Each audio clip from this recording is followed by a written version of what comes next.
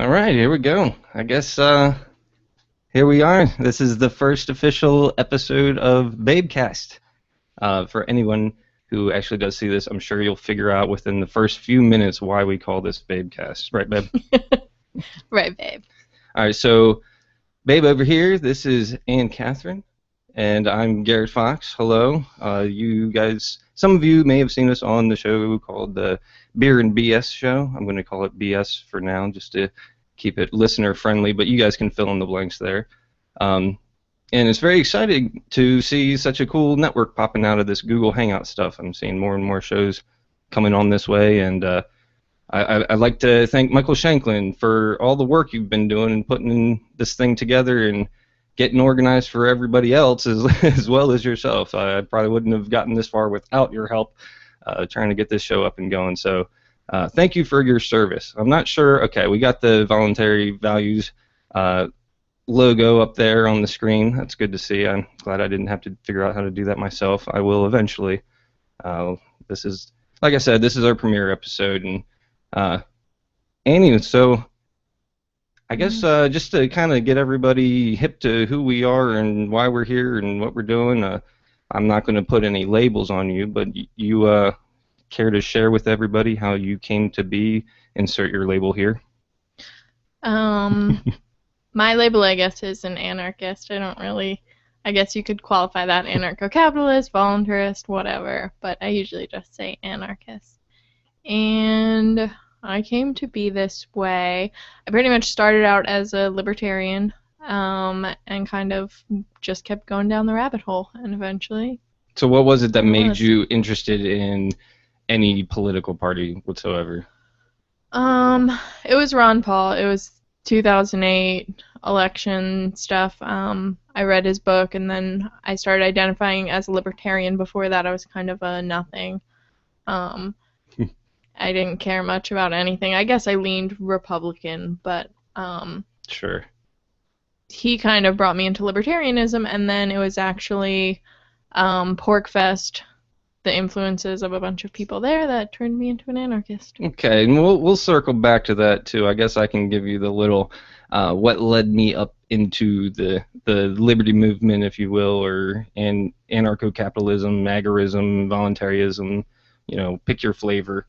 Because I kind of came from a different perspective. I didn't find out about Ron Paul until I started paying attention to the Federal Reserve and stuff. And I guess you could. I hate to credit, you know, a show that I can't even stand listening to anymore. But I guess Alex Jones was the one that turned me on to Ron Paul. See, I came in from like the conspiracy theory stuff. I still, to this day, love to talk about any good conspiracy theory with anybody. We just got to make sure all the haters are away so we can talk about our chemtrails and stuff.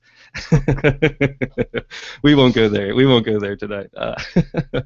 So anyway, I did a lot of research, and eventually, it led into like what the Federal Reserve is completely bogus, and we don't actually have sound money, and that's what led me into like finding out about silver and gold. And then one day, me and my buddy, we actually met together. We met at a campaign for like a little bit more liberty. What's it called? Campaign for Liberty. Oh, yeah. Okay, yeah. So we met there and quickly decided we needed to go branch away from this whole restore the GOP thing, and so we kind of started our own little chapter of We Are Change Maryland, and that was right around 08, 09, kind of like when you discovered Ron Paul yourself, and then eventually it just got to the point where we had a nice little clique of people out here in Maryland working we actually went down to Camden Yards with a whole bunch of signs and flyers to hand out to people. And one day my buddy sends me this link. He says, "Hey, have you heard about this Porkfest thing yet?" And I got maybe a paragraph into the description of it, and I said, "Let's go. I'm going to go request off right now." And I'm so glad he sent me that link, because that's where we met. 2010, Porkfest 2010. It was a very exciting time. So, you were there, what, with your sister and a buddy from college? Mm-hmm. And that was our first Porkfest too. So we were also going into it, and at that time we were still the Ron Paul type people, and we were like, we're going to some anarchist festival. This is going to be crazy. Which it was. Yes, and we showed up, and it did not let us down. It was definitely crazy. Yeah, that was the best thing. There was always that object in the back of my mind. I want to go to the Pork Fest, meet some chicks. And sure enough, that's when we found you guys, and I said, "Okay, guys, back off." And so I guess it wasn't even. I guess about 3 years later, I got you out of Jersey. She was originally from Jersey, and we moved her down here. About a year ago. A little over a year ago, February 2012, 2013. And so for people who don't know, PorkFest is the annual kind of camping trip for the Free State Project, which is a group up in New Hampshire that's trying to move everybody to New Hampshire, all libertarian-minded people, to kind of make that a free state, as the name says. So this is their annual camping trip, and it happens every June. So we met there in June 2010. And we're getting ready to go back there, which I think is why it's on our minds today. Yeah, we only got it like 3 weeks to go. I haven't quite figured out what we're going to do for that show. It looks like we're going to be taking the 6:30 spot every Wednesday. So it's only a half hour for now. We might decide to branch out and do a longer show down the road, depending on how things go. And I guess we're going to have to pre-record something for that Wednesday we're up in PorkFest. I think with a shoddy internet connection up there in the mountains, it might be a better idea to do that. So we'll see. I mean, we got a couple of weeks before that happens. And so, we've been talking about doing this show, Babecast, for a while now. As you can see, we got the mics, and you can't see the mixer and everything over here, but when my arm's going like this, I'm twisting knobs and playing with the controls like I know what I'm doing. And so, I guess basically what I'm getting at is it's very exciting to have this network of all these, we were just watching somebody, and I'm sorry, I apologize, I forgot your name, somebody Rogers, not related to another Rogers, but it was good to see, somebody coming in and he's just like, okay, I'm going to fire this up, I'm going to do this, and we've got a plethora of shows that are going to be coming on here all the time, so anytime you're looking for something to watch or listen to, I know I myself sit at a desk for 8 hours a day, so the more liberty-minded media that's out there, the better. And it's nice that this is going to have a lot of live shows going on, and it's good. It's going to be good for people like us who are, getting into the online media and everything. It gives us a lot of options. Maybe we'll have to invest in a green screen one of these days. That way you can do a weather report. Yes. And so, aside from PorkFest, I kind of wanted to bring this up somewhere in the beginning before I forget about it.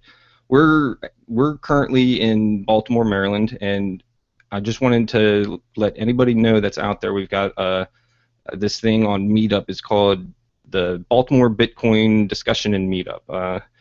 You can find it if you just go on to meetup.com and do a search for Bitcoin Baltimore, you'll find it.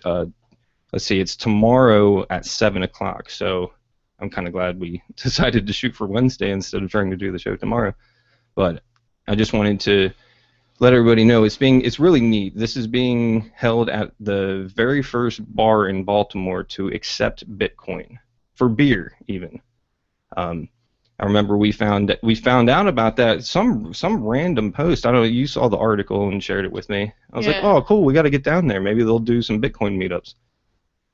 The bar is actually called Bad Decisions. If anyone was planning on coming. 1928 Fleet Street, Baltimore. Mm-hmm. I read about them in an article, and I forget what I was looking at, but it said, Baltimore has one of the first bars to accept Bitcoin. So. And on that note, if anybody does show up and mention that they saw our show, Babecast, on the Voluntary Values Network, I will personally buy you a beer with my Bitcoin, my very own Bitcoin, just because we can. And considering the fact that I'm the only viewer right now, I'll buy myself a beer with Bitcoin. But so, yeah, definitely looking forward to doing that. It looks like there's going to be about 10 to 12 people there, depending on whether or not they bring guests. I'm very much looking forward to meeting and shaking hands with the organizer and the owner of the bar and everything. I guess we should probably take it back a notch and just give a brief description of what Bitcoin is, just in case somebody came here not knowing. Would you like to give your rendition of Bitcoin, Ben? It's a cryptocurrency. So that's one thing you'll learn about it is, okay, so Garrett is very into cryptocurrency and Bitcoin, and he will explain that much better than I do. Don't build it up too much. I have a Bitcoin wallet. I'm kind of a noob. I don't know how to use it really. But I let him do all that stuff. I do think it's good and it's interesting, but well, it's definitely one of the, I guess you would call the head honcho in the cryptocurrency world. There's a lot of other clones that have popped out into the market, which is a great thing to say. A lot of people are worried about it diluting the value of Bitcoin.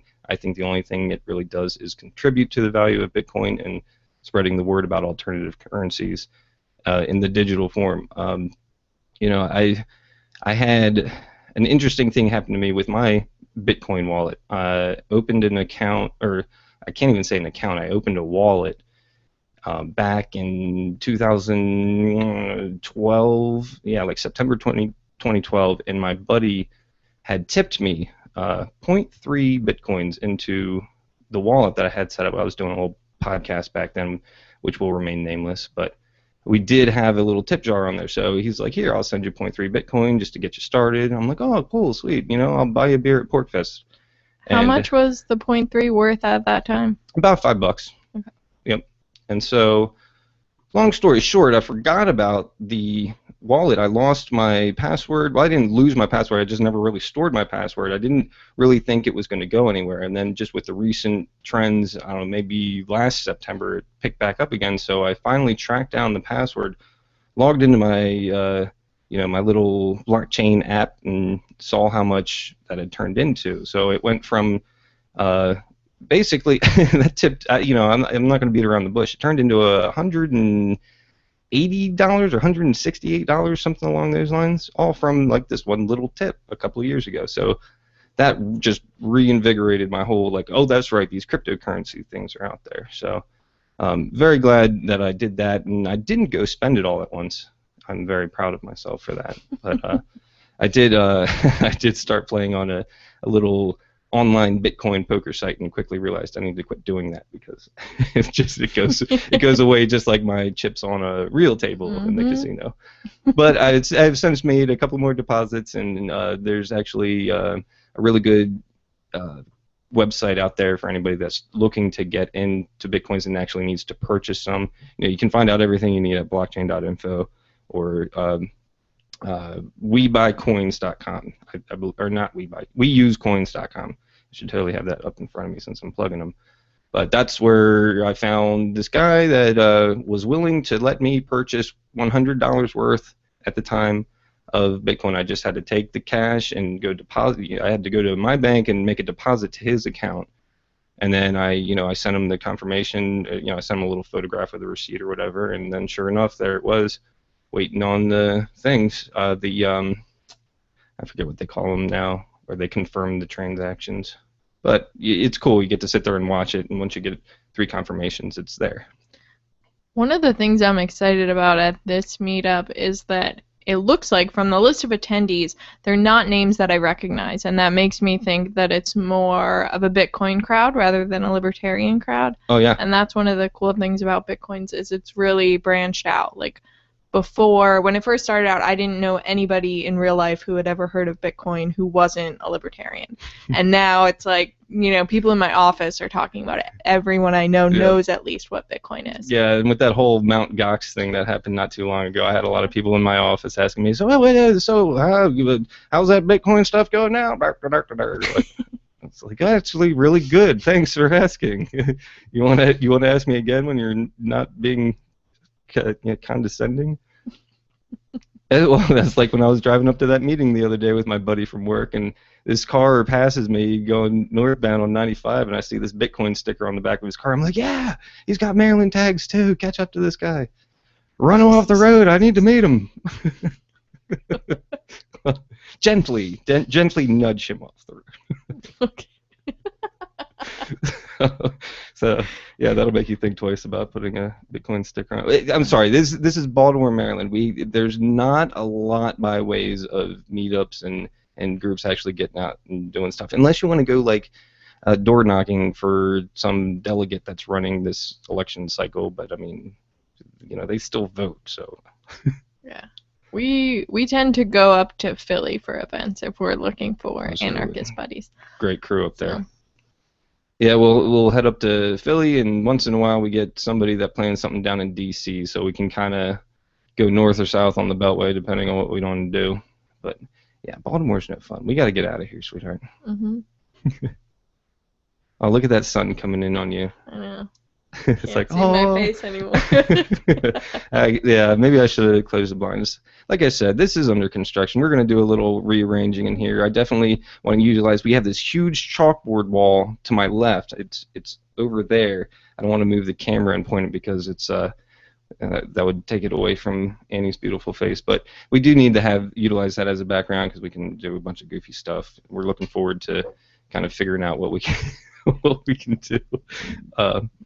Okay, well, Annie, why don't you go ahead and rant for a second? I'll fix our light situation. I don't know what I'm ranting about. I can rant about our scenery here a little bit more. So, we have George Bush behind us. He is wearing a mask. We'll have to bust him out on one of these shows sometime soon. It's Bank Robber Bush. Oh, that just made it worse. It's okay. It doesn't really matter. I'll say it like this. Yeah, that's Bush back there. You can't tell. He is getting ready to rob the bank still. So that's my Payday 2 mask. You guys will come to find out I might wind up mooring Annie to death once in a while. When I tell you about whatever video game it is I'm playing at the current time, we'll have to make a little section out of that. Garrett's game of the game. I can't call it game of the week. Everybody calls it game of the week. I'm going to call it game of the attention span. Game of the attention span. Yep, because that's what happens. I buy way overpriced games, play the first few levels, and get over it. Are you going to relate it back to anarcho-capitalism? I don't think. Is that what I was supposed to do? Is that? Well, I guess there's some indie games out there that qualify that. Okay, fine. I'll talk about Stick It to the Man. That's the game I'm playing right now. Game. You know that game. That's the goofy one I was playing. All right, so I'm a PlayStation Plus member. Yes, I play console games for all the computer guys out there. I also play computer games, so whatever, guys, get over yourselves. But I'm a PlayStation Plus member, which means I get certain games free every month.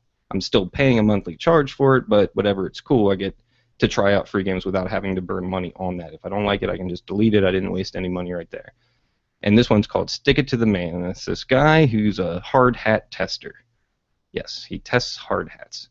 And he's walking home from work, and he doesn't have a hard hat, and this thing falls out of the sky and hits him in the head. And then all of a sudden he's got this arm like growing out of his head, and it can reach and grab stuff and pull him around. And actually, he can like go like and like read other people's minds. Yes, I'm reading your mind. That's much like what it's like.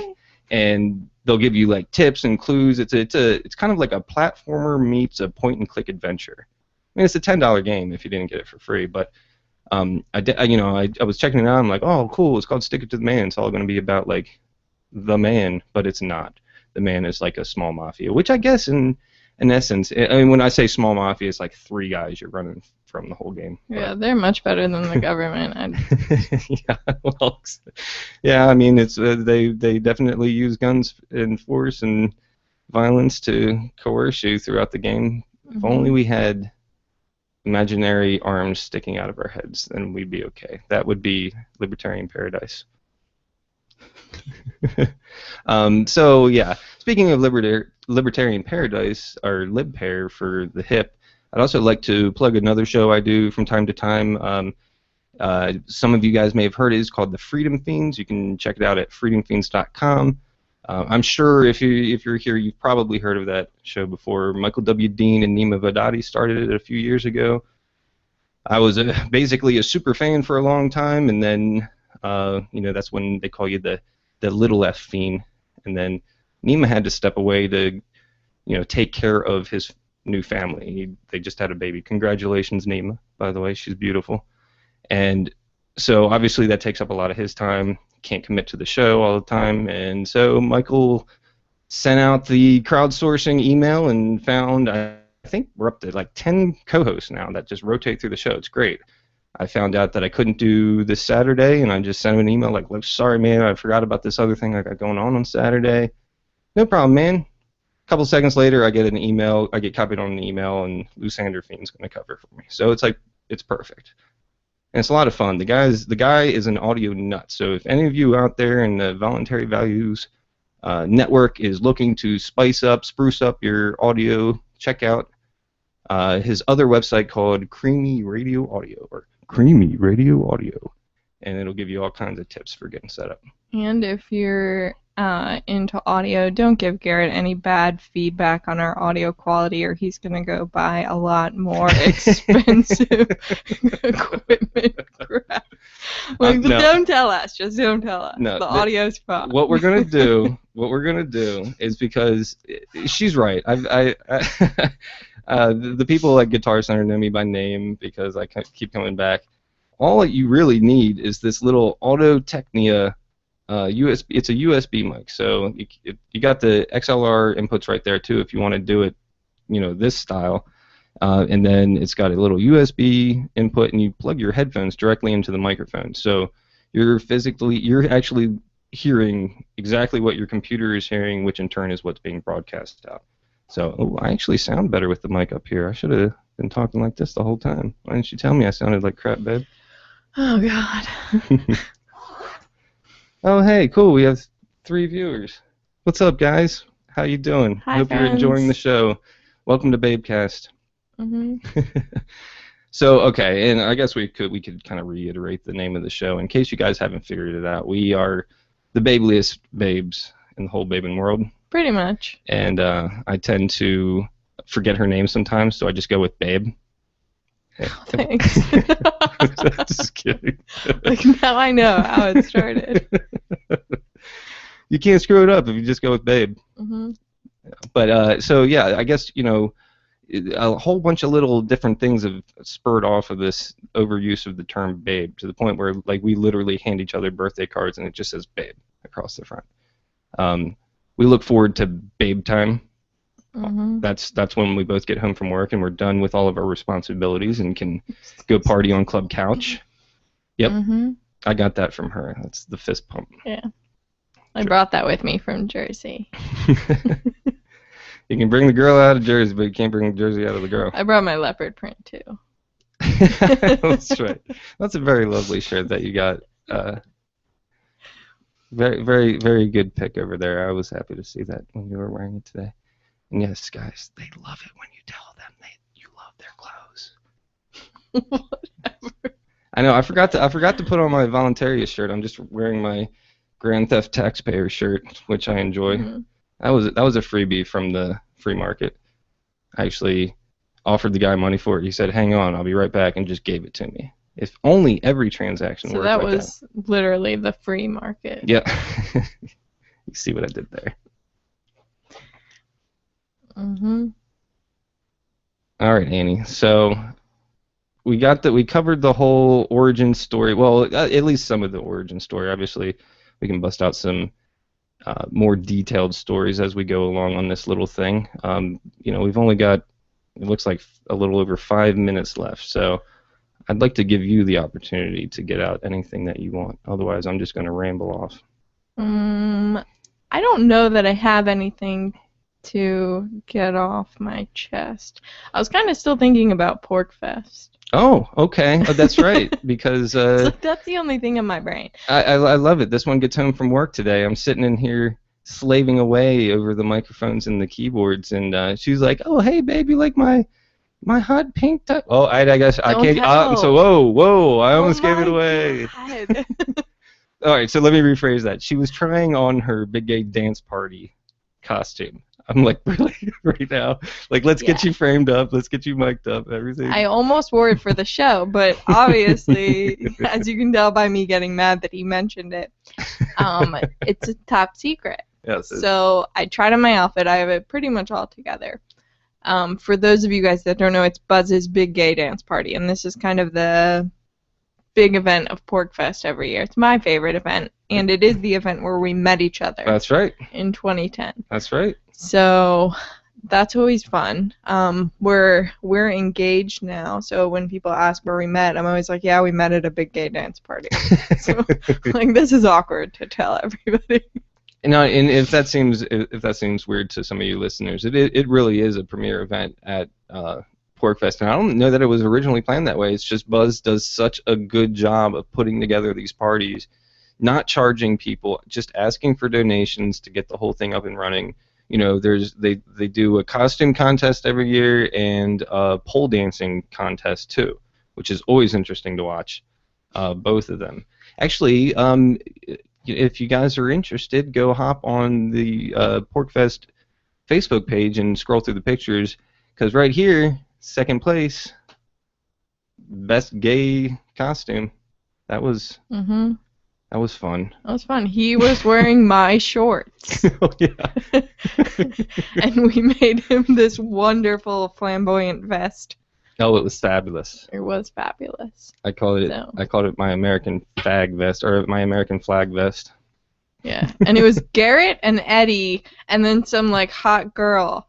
I forget who it was, but like I felt really bad because she got totally outshadowed by Garrett and Eddie Free, who was the one who won. And we were just totally in these putting ridiculous them together. costumes, Yeah. And whoever the girl was, she looked great, but it was like it's not as funny as two guys. Yeah, so I'm not sure if I'm gonna bust out a costume yet or not this year for the big gay dance party, but I feel like, I don't know, Taryn's probably gonna have another party going on. I don't know if he's doing the pirate thing again, or I think he did swing dancing last year. All the pork fests seem to kind of mix in my mind as of late. I'm going to take it easy. Got a lot of broadcasting to do at Porkfest this year, which I'm looking very much forward to. Oh, and I guess we should plug our little game space event here too. We will be Wednesday and Thursday probably, maybe Friday morning, depending on how Thursday night goes, sort of thing. We're going to do Porkfest game space. We're just going to bring a whole bunch of board games, and yes, Daryl, there will be Cards Against Humanity. we will have Cards Against Humanity there. It'll probably be going the entire time we're sitting there playing. But we're going to bring the Firefly board game, which if you guys haven't heard about that, it's an excellent 4, maybe 5 players if you really feel like getting into it game that lasts a couple of hours. But if you're a big Firefly fan, it's totally into the story of Malcolm and getting a crew together, keeping it flying. You gotta use fuel. You gotta battle the Reavers, and then you gotta avoid the Alliance and all that stuff. It's a very, very fun game, but it does take like a half hour to even kind of explain what's going on in that board game. And then there's going to be, like, we encourage anybody to bring whatever games they do want to play. I think somebody's trying to get Settlers of Catan together, but I've actually got the Star Trek Settlers of Catan, so that one might be fun too. We'll see. Mm-hmm. I'm sure some Monops is going to come out. Oh no. So we'll be doing Porkfest Game Space every day? When is that? I'm thinking just Wednesday and Thursday. Okay. At like noon. We will be doing the Beer and Bullshit show on Wednesday night from that's Porkfest. right. That's right. That'll be an interesting one. That's the show I was referencing earlier, the Beer and BS show. Sorry. This is a family show, and this is a learning hospital. A learning hospital? Yes. Okay. We'll go with that, a learning hospital. That's basically what our time will allow us here, guys. Definitely looking forward to doing this thing again. I hope the people that have been popping in and out here were popping in and out because of internet connections, not because they didn't enjoy our company. But I say we got a few scragglers behind, so thank you very much, everybody, for checking out the very first episode of the Babecast. Here, real quick, I'll see. Looks like Steven Johnson coming up at 7 o'clock. So we're going to tune in for that one and see you guys around the interwebs. Bye. Okay, bye. Okay, bye.